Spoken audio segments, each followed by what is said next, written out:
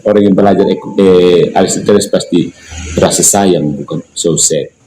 Penolakan Luther terhadap etika kebajikan Aristoteles menghancurkan kerangka moral tradisional, meninggalkan kekosongan yang diisi oleh relativisme modern. Ya, Luther yang menolak etika dari Aristoteles. So sad kalau kita belajar Aristoteles, Luther bisa tolak etika begitu keren. Jadi McIntyre ini menyalahkan reformasi karena mengganti moralitas yang objektif dengan subjektivisme yang memudahkan penerimaan ateisme. Orang yang keempat, The Big Boss, Friedrich Nietzsche, dalam bukunya The Gay Science tahun 1882. This Big Boss berargumen, Friedrich Nietzsche ini berargumen seperti ini. Protestantisme adalah ketidakjujuran terakhir Kristen, the last untruth Kristen. Dia menghancurkan otoritas gereja, tetapi tidak berani menghancurkan Tuhan. Tugas itu diselesaikan oleh ateisme modern. Ini menurut saya kutipan bagus ya, keren ya. Saya ulang ya. Protestantisme adalah ketidakjujuran terakhir dari Kristen. Dia menghancurkan otoritas gereja, tetapi tidak berani menghancurkan Tuhan. Tugas itu diselesaikan oleh ateisme modern. Jadi Nietzsche yang dibesarkan dalam lingkungan Lutheran ini melihat Protestan sebagai batu loncatan menuju kematian Tuhan. Protestan adalah batu loncatan supaya masuk ateis. Begitu. Yang berikutnya lagi, ini kayaknya orang teolog ini ya, nomor kelima. Poin tokoh yang kelima, Karl Barth, you know him?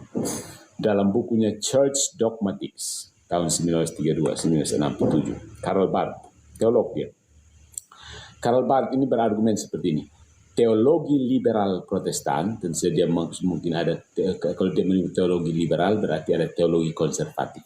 Teologi liberal Protestan dengan mengakomodasi akal budi modern justru menyerah pada sekularisasi, kata Karl Barth. Jadi Barth ini mengkritik kecenderungan Protestan untuk berkompromi dengan filsafat sekuler yang menurut dia melemahkan iman saudara-saudara. Karl Barth sukses, tapi itu untuk teologi yang liberal ya menurut dia. Kan dia juga seorang teolog, jadi kayak dia teolog Protestan yang konservatif. Kemudian orang yang berikutnya lagi masih ada Michael Buckley, At the Origins of Modern Atheism, tahun 1987. Dia berargumen seperti ini. Descartes dan Newton, Descartes dan Newton, Descartes dan Newton yang berlatar belakang Protestan, membangun sains dan filsafat tanpa perlu Tuhan, karena reformasi sudah memisahkan iman dari akal. Ini kata Michael Buckley, At the Origins of Modern Atheism. Descartes dan Newton yang berlatar belakang Protestan itu membangun sains dan filsafat tanpa perlu Tuhan, karena reformasi sudah memisahkan iman dari akal. Jadi Buckley ini menelusuri bagaimana ateisme modern lahir dari ketidakmampuan teologi Protestan memberi jawaban metafisik. Ya, dia mampu. Jawaban metafisik tidak ada, cari-cari ayatnya, selesai. Cari ayat tapi putar dulu ayat, mau kasih duduk di mana itu ayat. Melayang-layang saja kan. Jadi persis ada orang Katolik dengan metafisika atau mistiknya bisa mendudukkan Trinitas, mereka numpang duduk di situ. Jadi sekali lagi, Buckley menelusuri bagaimana ateisme modern lahir dari ketidakmampuan teologi Protestan memberi jawaban metafisik. Tidak bisa. Makanya kalau debat-debat dengan teman-teman Protestan, mereka mengajukan itu, saya rasa macam dongkes tunjuk ujung pucuk bambu begitu. Saya langsung tangkap di akar. Kau pun akar bisa langsung goreng di sini. Dan main-main korek dari atas. Tidak bisa korek dari atas. Saya tahu kamu basis filosofisnya rapuh. Kamu itu orang Katolik yang buat kok. Masa kita tidak tahu kamu punya kelemahan. Orang Katolik yang buat Protestan, jadi kita tahu kelemahannya di mana. Kamu ajak bermain di atas, saya mencekik langsung di bawah. Terlalu ajak bermain. Dan Yang terakhir ya saudara-saudariku, orang terakhir ini orang yang favorit saya ya. Favorit saya ini. Siapakah dia? Tebak yuk. Ayo tebak siapa orang terakhir yang merupakan salah satu favorit saya. Tebak. Ayo tebak-tebakan dulu yang di ini. LC ini. Orang terakhir ini siapa kira-kira? Thomas? No. Oke, kesempatan satu kali lagi. Martino, Thomas, no. Oke. Paus Benedictus ke-16. Paus Benedictus ke-16 dalam Faith, Reason, and the University tahun 2006. Paus Benedictus. Paus Benedictus ke-16, dia berargumen seperti ini.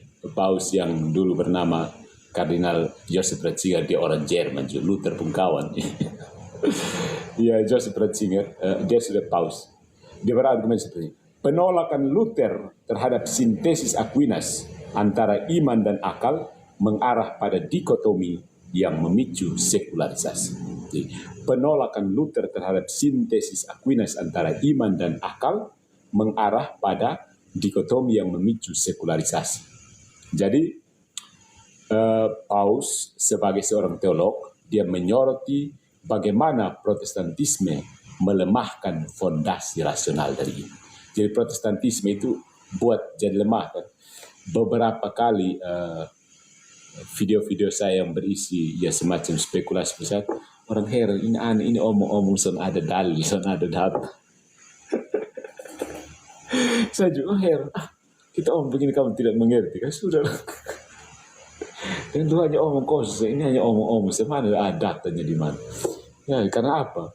Protestantisme itu melemahkan fondasi rasional dari iman, saudara-saudara.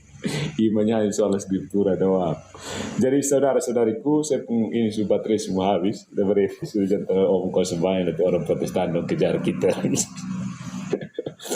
Para pemikir yang tadi kita sebutkan, baik dari kalangan Protestan, Katolik maupun sekuler itu sepakat.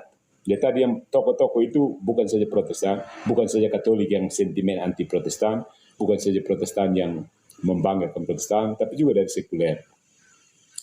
Mereka sepakat bahwa beberapa hal, dua hal. Satu, Protestantisme tidak berniat menciptakan ateisme. Iya, jelas. Kita semua sepakat. Ya. Protestantisme tidak berniat menciptakan ateisme, tetapi struktur pemikirannya, yaitu penolakan otoritas, pemisahan iman dan akal, memicu konsekuensi yang tak terduga. Mereka juga sendiri bingung dan kewalahan, kan? So, kembali sudah ke Katolik, membuat apa di situ. Yang kedua, sekularisme adalah anak kandung reformasi yang lahir dari penegasan pada kebebasan individu dan rasionalitas otonom. Jadi, sebagai catatan, Protestan konservatif, misalnya neo-Calvinis seperti Abraham Kuyper, berusaha desperately, berusaha memperbaiki ini dengan membangun filsafat Kristen alternatif. Oke. Tetapi pengaruh historisnya tetap tidak terbantahkan.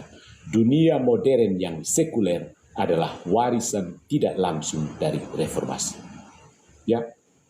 Jadi silahkan saudara-saudariku yang terkasih, kita maksudnya dengan terbukanya penolakan terhadap otoritas gereja, beta. Jadi beta mau percaya Tuhan, beta percaya Tuhan. Beta mau percaya, siapa mau kenapa. Seperti itu. Jadi kembali ke tesis dasar tadi, filsafat Protestan membuka pintu menuju ateisme dan sekularisasi. Ateisme dan sekularisme.